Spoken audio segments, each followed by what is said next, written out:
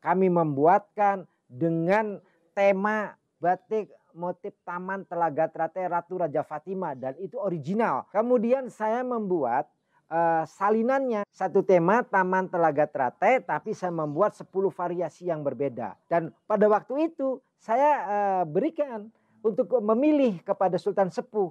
Silakan Sultan Sepuh, saya bilang itu kira-kira berkenan yang mana. Semuanya ini adalah hasil dari kompilasi hasil riset saya dari 3 keraton dan 1 perguruan keprabon. Ketika Mas Komar itu studi, otomatis kan pasti terpecah pikirannya untuk tidak mengurusi batik Komar. Jadi itu diambil alih oleh saya dan Mas Komar. Ya karena itu sudah percaya sama saya menjalankan batik Komar ini kan saya selalu ikut ya, selalu maksudnya kami bersama-sama. Jadinya bukan hal yang sulit bagi saya. Bahwa Pak Komar di sini mengupas tuntas bagaimana bisa memberikan edukasi dan pelestarian tentang batik Cirebon ini dalam disertasinya, bahwa masyarakat belum banyak yang tahu bahwa batik Cirebon itu cikal bakalnya awal mulanya adalah dari dalam keraton. Kami dari pemerintah daerah sangat mendukung. Kalau memang diperlukan, perlu ruang untuk kita bisa diskusi, membedah apa yang akan dilakukan oleh Pak Komar ini, insya Allah kita siap. Sebetulnya yang saya harapkan juga dari generasi muda kita bisa terinspirasi dengan apa yang sudah dilakukan Pak Komar. Kami mendapatkan izin untuk membuat batik dengan motif-motifnya dan desain-desain warna-warna dari keraton.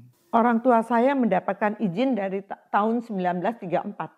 Batik-batik keraton anonim, tidak ada di situ embel-embel nama pembuatnya. Dia tidak mau riak. Jadi benar-benar keikhlasannya itu. Untuk Pak Haji Komar, terima kasih sudah menginspirasi kita semua. Dan kepada masyarakat Cirebon, khususnya para pegiat budaya, ya, para perajin batik, ya, apa yang kita lakukan insya Allah tidak akan sia-sia.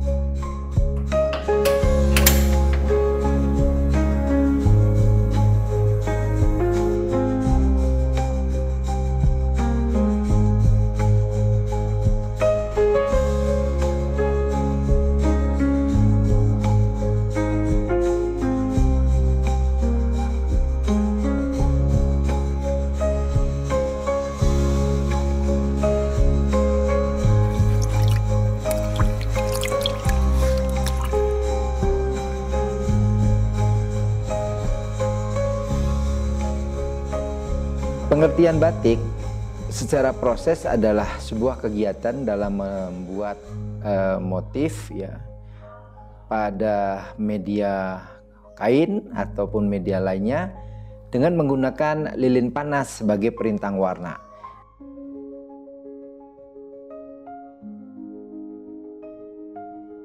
Adapun mengenai media, itu bisa di kain, bisa di kayu, atau bisa di kulit. Itu semua bisa selama masih menggunakan lilin panas. Dan alatnya pun tidak mesti harus canting, ya. Bisa dengan menggunakan cap atau menggunakan kuas. Kita bukan saja hanya bisa membuat batiknya, kemudian kita jual dan kita bangga dengan batik yang kita produksi. Namun di belakang itu ada hal yang sangat diperlukan sekali. Ada orang dari senimannya itu pandai atau piawai dalam mendokumentasikan semua apa yang telah dikerjakan oleh senimannya.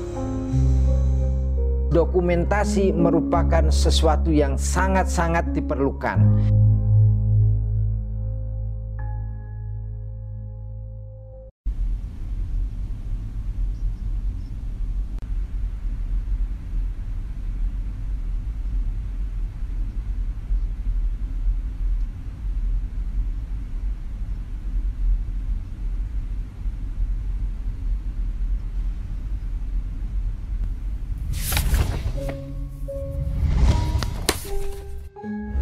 Indonesia, negeri yang kaya akan warisan budaya, baik berwujud benda maupun tak benda.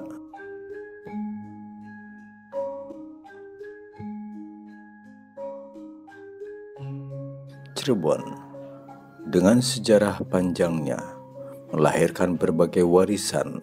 Salah satunya adalah batik yang harus kita jaga dan lestarikan.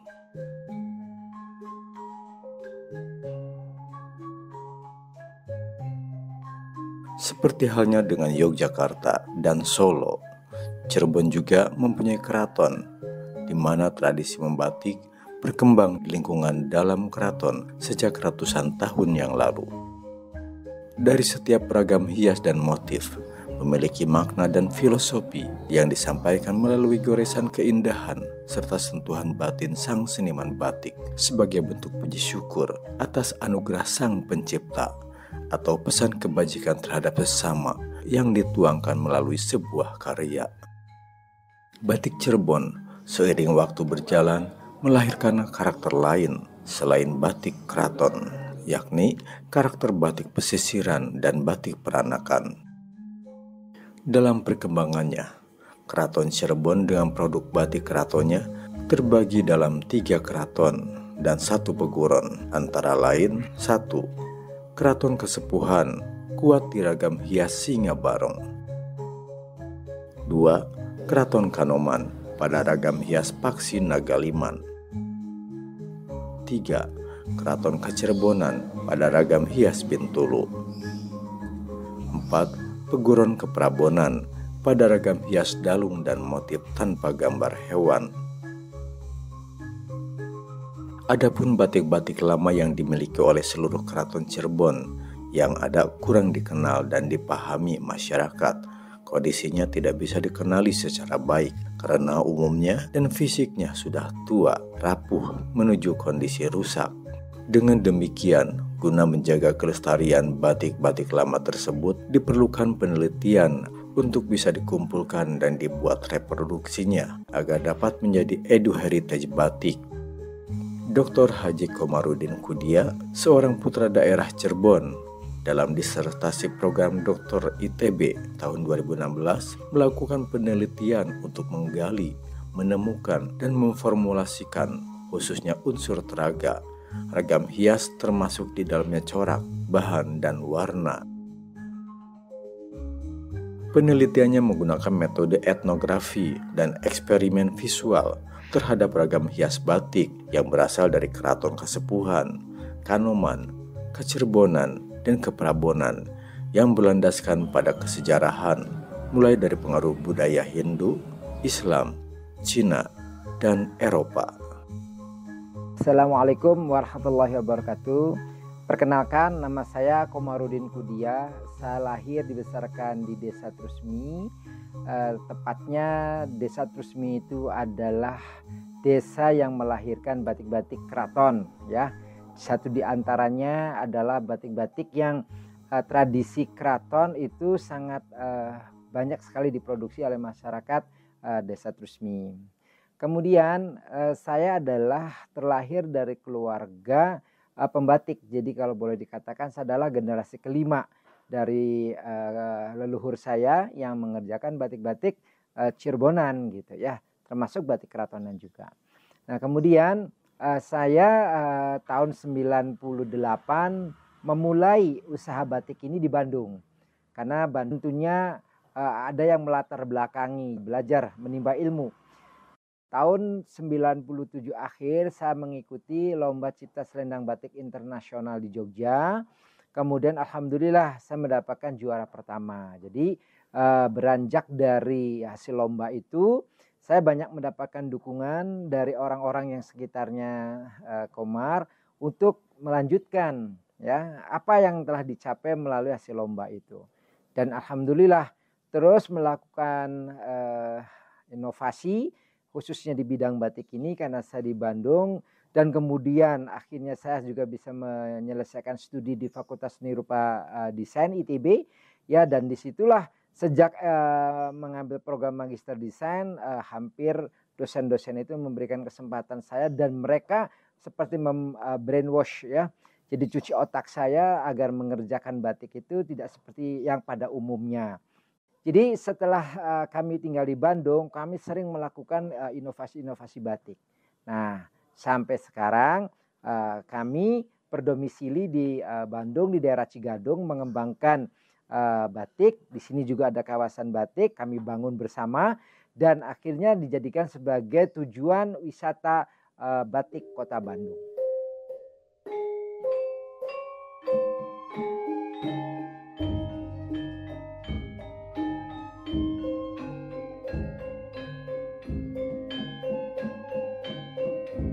Masa lalu Cirebon yang multikultur melahirkan warisan budaya yang sangat berharga bagi masyarakat Cirebon di masa kini dalam berbagai aspek kehidupan, di antaranya kuliner,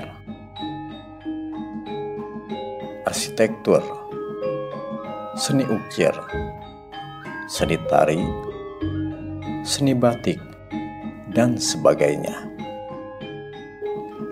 Seni batik selain menjadi warisan budaya yang masih berlanjut hingga kini dan menjadi sumber kehidupan bagi sebagian masyarakat Cirebon, dan batik pun menjadi daya tarik wisatawan untuk datang ke Cirebon.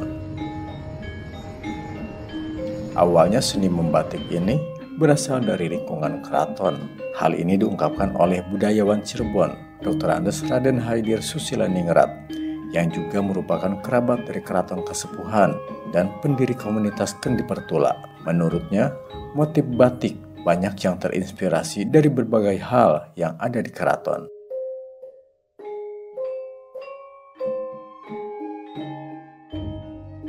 Berbagai karya seni rupa dari mulai arsitektur sampai ke kendaraan kereta kebesaran raja itu memperlihatkan perpaduan budaya yang sangat indah. Paksi Nagaliman, ya. Paksi itu bentuk-bentuk yang berorientasi ke Timur Tengah dengan ciri khas sayap buruk, ya. Kemudian naga itu kita sudah tahu, ya, orientasinya ke Tiongkok, ya, dan liman gajah itu ke India. Sehingga perpaduan budaya Islam, Hindu, dan Cina, ya, itu dipadukan dalam satu karya seni yang sangat indah. Begitupun pengaruh pada arsitektur bangunan. Kita bisa melihat di bangunan-bangunan baik itu di keraton-keraton Cirebon maupun di masjid-masjid. Seni rupa juga ikut memperkaya khasanah budaya batik, ya, fashion, ya. Yang batik ini awalnya hanya memperlihatkan goresan-goresan yang konservatif, ya, seperti batik liris, itu kan hanya garis-garis begitu saja. Tapi perpaduan budaya di Cirebon membuat batik menjadi lebih dinamis, ya. Sehingga sampai saat ini motif batik Cirebon yang kita kenal untuk motif klasik saja itu sudah puluhan, lebih dari 60 motif. Nah, keberadaan batik ini tentu awalnya dimulai dari pakaian raja-raja atau pakaian keluarga kesultanan. Mereka dengan kedudukannya itu tentunya layak untuk berpakaian yang indah-indah, layak untuk menikmati hal-hal yang tidak dinikmati oleh masyarakat umum. Sebagaimana juga itu terjadi di wilayah lain di Indonesia. Di wilayah lain ada hierarki, kasta, perbedaan kelas. Di Cirebon tidak ada. Kenapa? Karena Cirebon berdiri atas dasar ajaran agama Islam yang dibawa oleh Kanjeng Nabi Muhammad, ya, yang disampaikan oleh para wali, khususnya di Cirebon oleh Sunan Gunung Jati atau Syekh Sarif Hidayatullah, ya, yang mengajarkan kesetaraan, yang mengajarkan kebersamaan, hidup bersama dalam satu harmoni. Jadi ada batik-batik tertentu yang dikenal khas dikenakan oleh keluarga keraton, ada yang batik dengan motif yang lebih dinamis, ya, motif pesisiran, bahkan ada batik pecinan ya yang digunakan oleh saudara-saudara kita dari keturunan Tionghoa ya, itu justru memperkaya motif-motif yang ada. Karena di Cirebon ini tidak ada naskah yang valid yang bisa kita jadi rujukan sebagai bukti sejarah perkembangan batik Cirebon, hanya dari tutur lisan, dan tutur lisan ini saya dapatkan dari sesepuh yang ada di Cirebon, termasuk dari Sultan sendiri, dari Sultan Sepuh ke-13 maupun Sultan Sepuh ke-14 Pangeran Arif Nadadiningrat almarhum. Jadi mengatakan bahwa batik di Cirebon itu lahir sejak abad ke-15 Pangeran Cakrabuana. Jadi Pangeran Cakrabuana ini adalah uaknya Syekh Syarif Hidayatullah ya. Karena Pangeran Cakrabuana itu adalah kakak dari ibunya Syekh Syarif Hidayatullah. Kemudian membuat sayembara. Di mana sayembaranya ini siapa yang bisa mengerjakan, menduplikasikan batik yang beliau miliki. Akhirnya dalam sebuah cerita itu orang Trusmi yang bisa membuat duplikasi dari batik yang dimiliki oleh Pangeran Cakrabuana. Dan sejak saat itulah masyarakat Trusmi seperti diberikan mandat, diberikan kepercayaan. Untuk apa? Untuk memproduksi batik-batik yang dimiliki atau diperlukan, digunakan oleh keraton.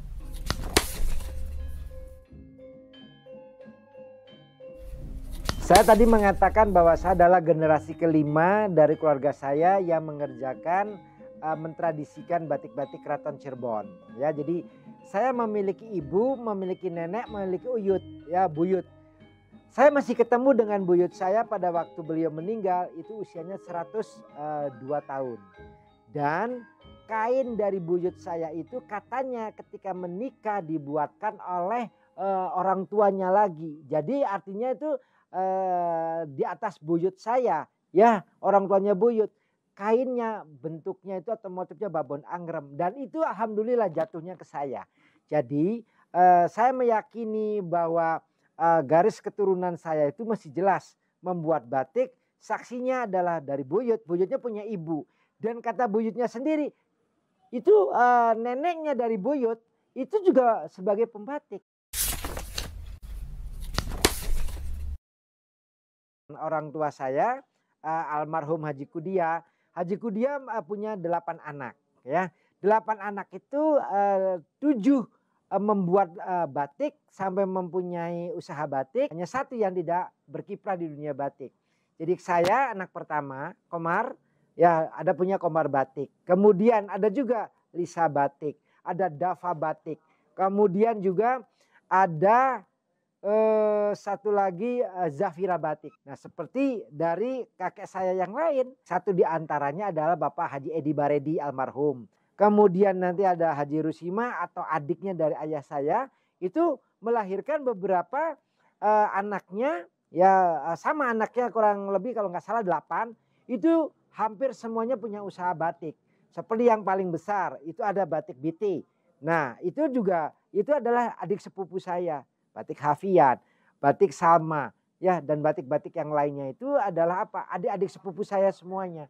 Jadi kalau kita lihat di Trusmi ini itu dari kakek, kemudian dari kakek itu buyut. Nah, ini buyutnya ini kakak beradik, ya. Kalau saya dari perempuan, buyut perempuan, dan kalau yang batik Gunung Jati, batik Sinar Gunung Jati itu dari yang laki-laki, dan itu semua keturunannya itu punya usaha batik semuanya. Orang tua saya ini dari dulunya selalu bergaul dengan masyarakat di sekitarnya. Kemudian karena juga kita masih ada darah-darah campuran juga, katanya dari selir, salah satu selir yang di keraton Kanoman itu yang menikah dengan uyut lelaki saya, sehingga kita masih mempunyai hubungan dengan keraton. Seperti rumah ini juga dibelinya juga dari salah satu kuwu lurah dari Keraton Kanoman yang dibeli oleh nenek moyang saya untuk meneruskan pembatikan di kota ini, di Cirebon ini. Nah, hubungannya saya karena mungkin ada pertalian darah sehingga kita juga tidak akan lepas dari hubungan dengan keraton. Seperti orang tua saya selalu kalau musim-musimnya Maulud, Lebaran haji, ngapem, sura, sapar, itu semua masih dilakukan oleh orang tua saya. Dan saya juga masih meneruskan sedikit demi sedikit, masih kita teruskan. Nah, hubungannya itu zaman dulu, orang Tionghoa zaman dulu kalau mau membuat batik keraton, tidak semudah seperti sekarang ini. Harus ada izin dari keraton. Karena kebenaran orang tua saya dekat dengan para pemangku keraton, sehingga kami mendapatkan izin untuk membuat batik dengan motif-motifnya dan desain-desain warna-warna dari keraton. Orang tua saya mendapatkan izin dari tahun 1934 dan akhirnya ya diteruskan oleh turun-temurun sehingga saya juga termasuk turunan yang keempat dari membatik batik-batik peranakan ini. Ketika di tahun 2004 saya mendapatkan semacam surat atau rekomendasi dari Sultan Sepuh ke-13 yaitu Haji Maulana Pakuningrat. Disitulah awal mulainya saya ada niat untuk bagaimana langkah-langkah untuk melakukan reproduksinya. Dan alhamdulillah ketika di tahun 2012 saya mengambil program doktoral tersebut, akhirnya saya mengambil satu tema yang sangat penting sekali menurut saya tentang revitalisasi batik keraton lama. Jadi kenapa disebutnya batik keraton lama? Karena sebenarnya ada batik-batik keraton yang dari dulu secara tradisi itu turun-temurun itu ada. Ya, namun juga sekarang itu ada batik-batik keraton yang sudah boleh dikatakan sudah dikembangkan seperti begitu.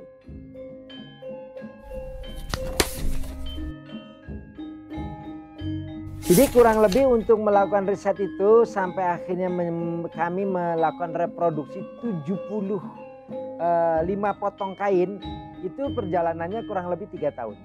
Jadi ketika saya sudah diterima sebagai mahasiswa S3, ya kemudian saya langsung melakukan riset.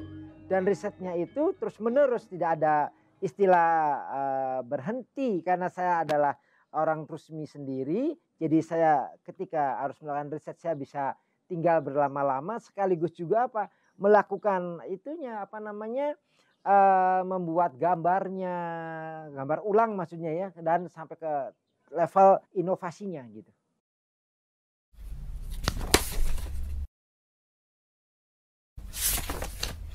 Ketika masuk kepada revitalisasi itu ada beberapa tahapan. Saya membuat sebuah metode, ya metodenya itu disebutnya lingkaran komedi revitalisasi.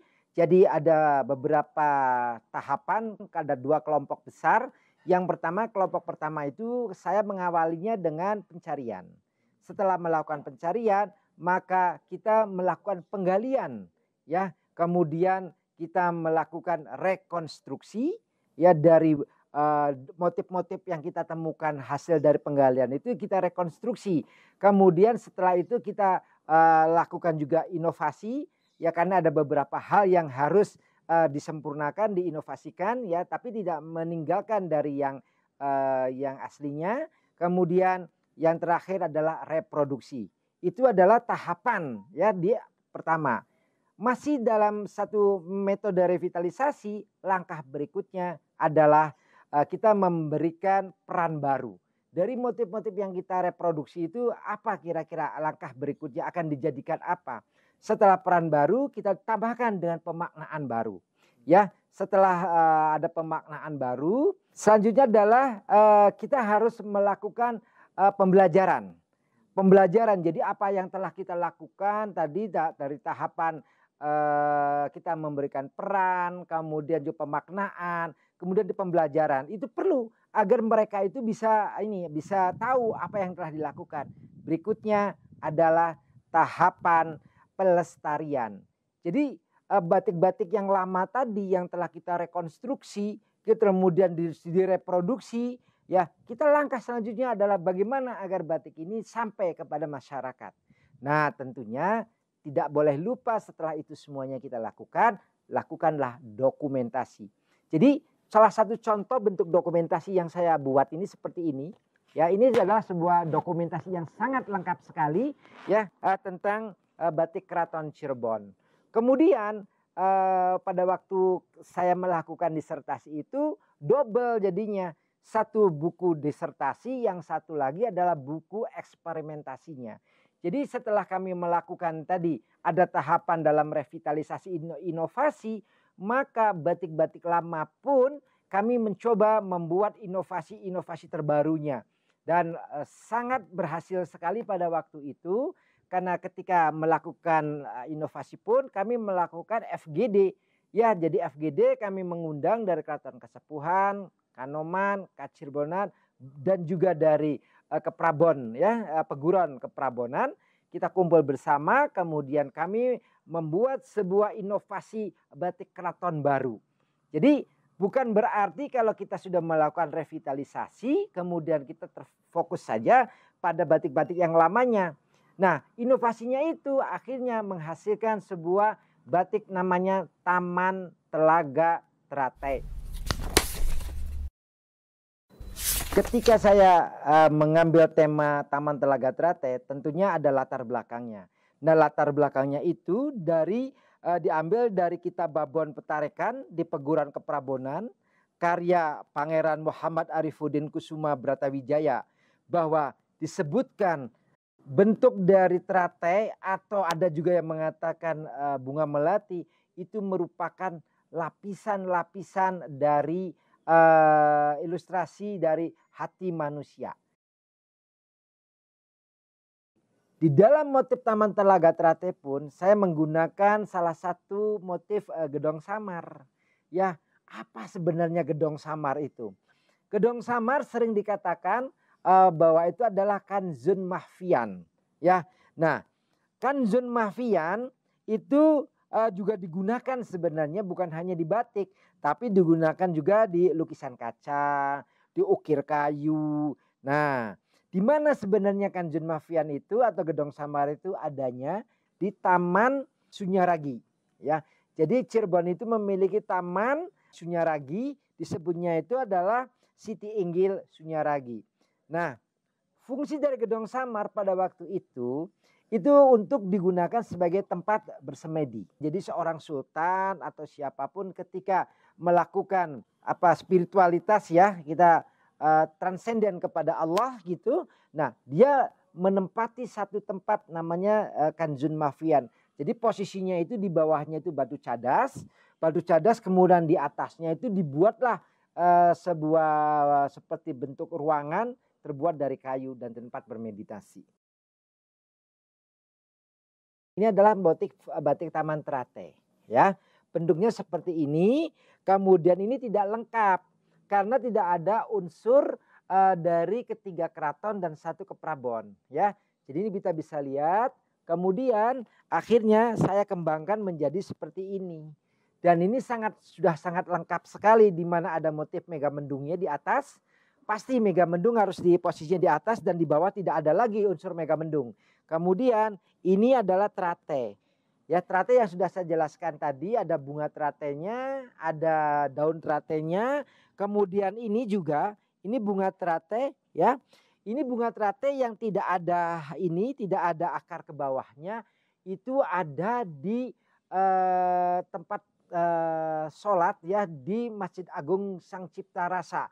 Di atasnya itu ada bentuk trate satu, ya, dan itu disebutnya tuh hayun bila rohin gitu, ya, seperti bentuk trate ini. Dan ini jumlahnya nih 9. Ini saya mengilustrasikan bahwa kita di sana itu terkenal dengan kota wali, ya, ada wali songo, ya, 9. Kemudian bentuk seperti begini, dan ini di bawah itu ada unsur air, ada unsur wadasannya. Kemudian juga ada jinem, dan ini yang disebut namanya kanzun mahfian, ya, gedong samar. Tuh, jadi jelas sekali bahwa di dalam motif ini juga ada gedong samarnya ya berdiri di atas batu wadasan, adanya di Siti Inggil Taman Sunyaragi. Ketika putri dari Sultan Sepuh ya Pangeran Arif Nata Diningrat nikah Ratu Raja Fatimah, itu busananya untuk pengantinnya, untuk kedua orang tua pengantinnya kami membuatkan dengan tema batik motif Taman Telaga Trate Ratu Raja Fatimah, dan itu original. Kemudian saya membuat salinannya, satu tema Taman Telaga Trate, tapi saya membuat 10 variasi yang berbeda. Dan pada waktu itu saya berikan untuk memilih kepada Sultan Sepuh. Silakan Sultan Sepuh, saya bilang gitu, kira-kira berkenan yang mana. Semuanya ini adalah hasil dari kompilasi hasil riset saya dari 3 keraton dan 1 perguruan keprabon. Di dalam batik keraton, khususnya keraton yang ke-3 keraton dan perguruan tadi, itu kita mengenal ada pola-pola diagonal, pola-pola simetris, pola-pola asimetris, dan kemudian pola-pola bentuk landscape. Kemudian di dalam pola-pola tadi menggunakan unsur ragam hiasnya seperti apa saja. Jadi pada umumnya kalau di Cirebon itu unsur ragam hiasnya wadasan. Yang paling banyak itu adalah bentuk wadasan. Kalau orang mengenal batik Cirebon itu Megamendung, sebenarnya motif Megamendung itu enggak lebih dari 5% mewarnai batik Cirebonan. Berikutnya adalah ada flora, ada fauna, kemudian juga bangunan-bangunan cagar budaya yang ada di dalam keraton. Nah itu. Nah sehingga motif-motif batik yang ada di Cirebon itu kita bisa menyebutkan. Misalkan ya selain batik Megamendung yang sangat terkenal bentuk wadasan. Itu kita bisa melihat kalau misalkan ada motif Taman Arum. Ya Taman Arum Kasepuhan, kemudian juga Taman Arum Sunyaragi, ya. Kemudian bentuk-bentuk lainnya seperti Wadas Grompol, kemudian juga Panji Semirang, itu selalu menggunakan unsur apa? Unsur wadasan atau batu cadas. Adapun Megamendungnya sangat kecil sekali, ya. Nah, kemudian floranya ada, bangunannya ada, tapi dia tidak menggunakan bentuk-bentuk fauna, yaitu yang di keprabonan. Jadi di keprabonan ini misalkan motifnya dalung. Dalung itu adalah lampu yang biasa digunakan untuk apa? Untuk pertunjukan wayang kulit.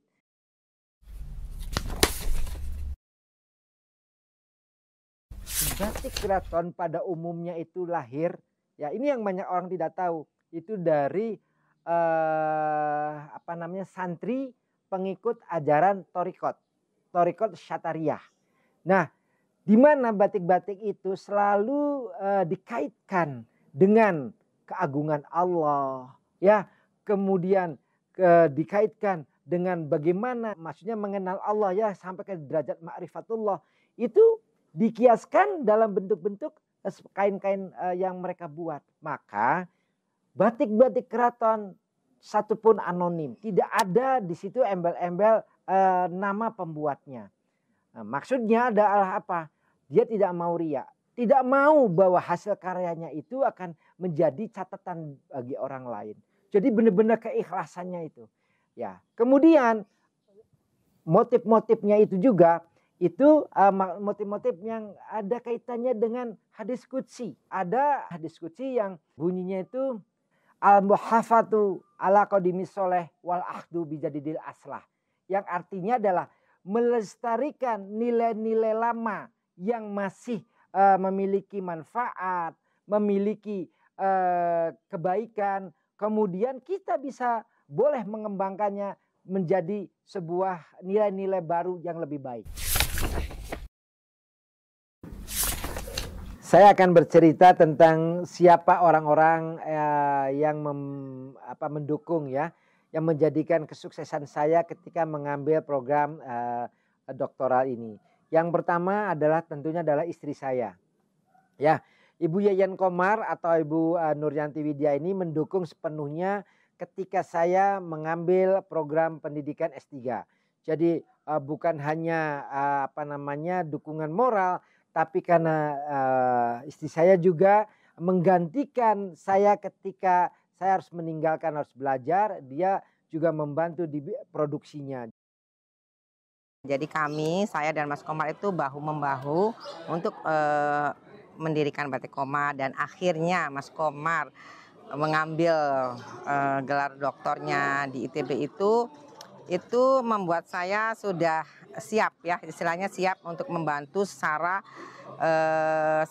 lahir batin lah, secara supportnya, finansialnya gitu, karena otomatis ketika Mas Komar itu studi, otomatis kan pasti terpecah pikirannya untuk tidak mengurusi Batik Komar. Jadi itu diambil alih oleh saya dan Mas Komar ya, karena itu sudah percaya sama saya, karena selama menjalankan Batik Komar ini kan saya selalu ikut ya, selalu, maksudnya kami bersama-sama, jadinya untuk hal itu tuh sangat bukan hal yang sulit bagi saya. Yang kedua adalah orang-orang yang terlibat dalam saya melakukan riset.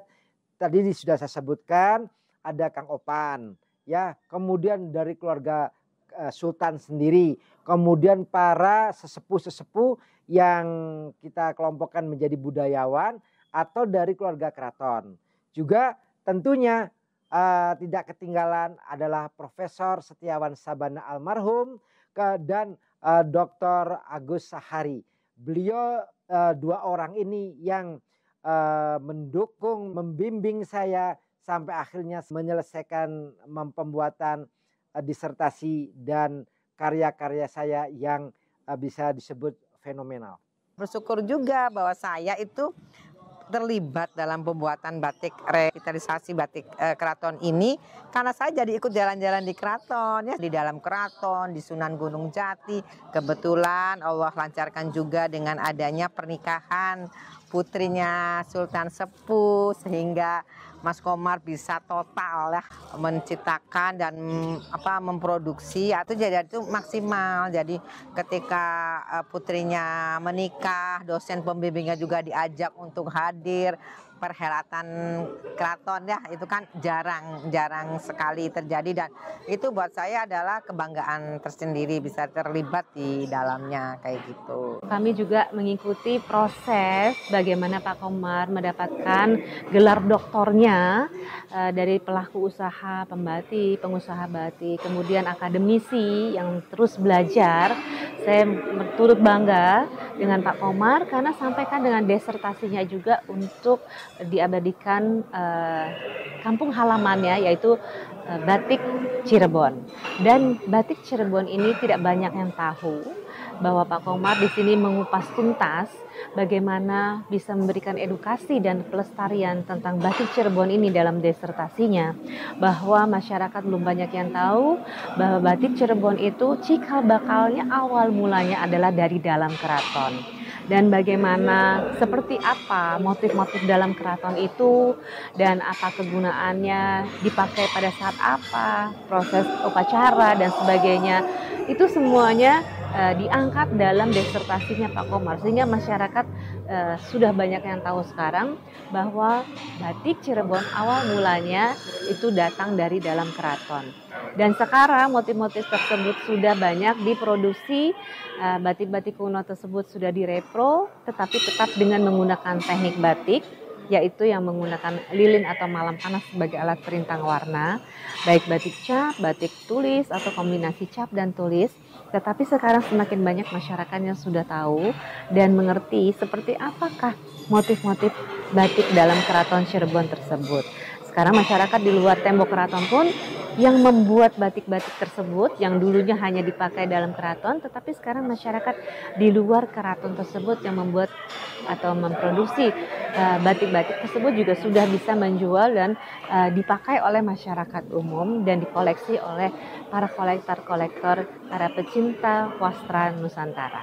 Ketika ada sebuah inisiasi dari Pak Komarudin Kudiah terkait dengan revitalisasi batik Keraton Cirebon ini sungguh menggembirakan ya, karena kita pahami keraton itu sebagai rumah lahirnya budaya yang hari ini kita bisa nikmati. Nah, tentu kewajiban kita selaku generasi penerus adalah bagaimana warisan budaya ini tidak punah ya. Tidak punah, salah satunya ya tadi kita coba mendokumentasi, kemudian ya tentu juga tidak bicara budaya mungkin tidak statis ya. Artinya masih terdapat ruang bagaimana warisan budaya ini kita bisa manfaatkan, kita bisa kembangkan lagi. Kami dari pemerintah daerah sangat mendukung. Kalau memang diperlukan, perlu ruang untuk kita bisa diskusi, membedah apa yang akan dilakukan oleh Pak Komar ini, insya Allah kita siap. Sebetulnya juga bisa menginspirasi ya buat Gen Z, buat milenial. Nah, sosok Pak Komar nih tidak berhenti cuman bisa mengerjakan batik. Tidak cuman bisa jadi pengrajin membuat batik, tapi bisa jadi seniman, menciptakan model-model baru. Kemudian juga bisa jadi budayawan. Dia tahu, oh ini warisan budaya, sejarahnya begini. Budayanya masyarakat Cirebon tuh kayak apa, dia pelajarin lewat akademisi misalnya. Nah ini sebetulnya yang saya harapkan juga dari generasi muda kita bisa terinspirasi dengan apa yang sudah dilakukan Pak Komar. Jadi ya ikut mendorong warisan budaya, bisa memberikan edukasi ke masyarakat betapa besar sebetulnya potensi warisan budaya Cirebon. Saya appreciate sekali kepada Pak Komar yang mau mengangkat batik-batik Cirebon ini, kemudian juga kebetulan juga beliau sudah ya namanya berilmuwan kan, ilmuwan Pak, dibandingin sama saya. Saya kan kita kini hanya berdasarkan pengalaman. Dan mudah-mudahan dengan adanya dokumenter ini, masyarakat akan lebih terbuka dan akan mau menghargai sebuah batik. Karena batik tulis itu batik yang dibuat dengan emosinya. Nggak bisa seenaknya aja kayak bikin binatang ya seenak udah gitu, nggak bisa karena batiknya ini kan dibuatnya dengan tangan, jadi betul-betul iya dengan perasaan yang benar-benar didalami gitu loh. Seperti nitik juga bukan padu asal tik-tik gitu, di titiknya juga dengan yang benar-benar perasaan. Batik tulis loh Pak, karena batik sekarang ini ada batik print, batik tekstil. Yang saya sangat mengharapkan sekali, batik tulis itu mari kita kembangkan bersama-sama. Karena batik ini kan tidak akan jauh dari budaya. Kalau leluhur kita bisa menciptakan, mengkreasi sesuatu, apa yang bisa kita berikan? Hanya mengagumi saja, selesai gitu? Enggak dong, kita juga harus berbuat sesuatu. Bahkan kalau perlu, kita harus berbuat lebih dari apa yang sudah dibuat oleh leluhur kita. Ya. Jadi, untuk Pak Haji Komar, terima kasih sudah menginspirasi kita semua. Dan kepada masyarakat Cirebon, khususnya para pegiat budaya, ya, para perajin batik, ya, apa yang kita lakukan insya Allah tidak akan sia-sia. Ya. Kita berusaha untuk melestarikan, mengembangkan nilai-nilai budaya yang kita miliki, kekayaan budaya yang diwariskan oleh leluhur kita, untuk lebih banyak lagi memberikan nilai manfaat kepada kita dan seluruh masyarakat Cirebon.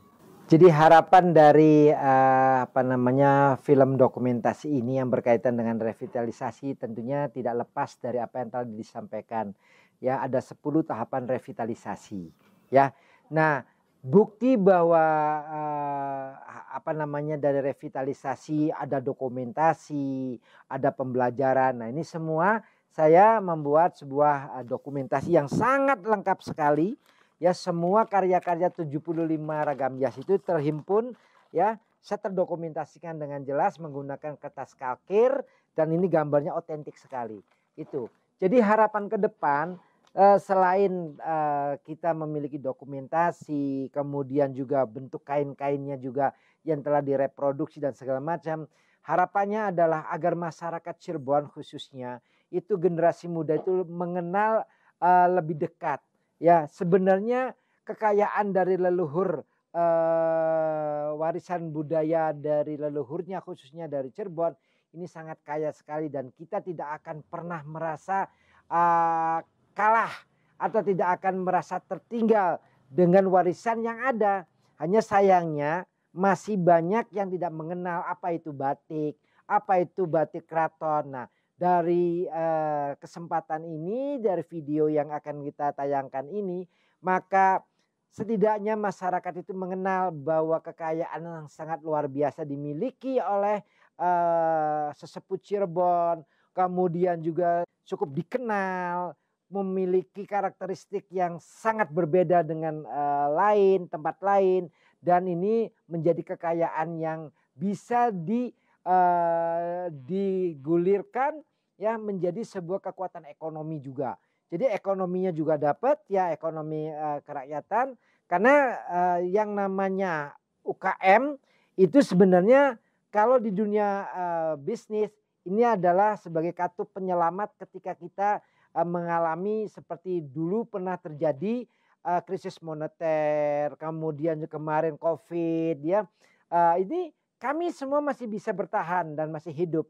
Maka dengan mempelajari batik-batik keraton, dengan mengenali batik-batik keraton, kemudian menggunakan batik-batik keraton, harapannya bahwa masyarakat khususnya yang ada di Cirebon termasuk Pemdanya ini akan bisa lebih dikenal kembali. Dan pada akhirnya harapannya agar para perajin yang ada di Cirebon ini adalah bisa menikmati dari warisan budaya, kemudian juga kemarin juga pengakuan sertifikat indikasi geografis, sehingga ekonomi para perajinnya ini bisa lebih meningkat kembali.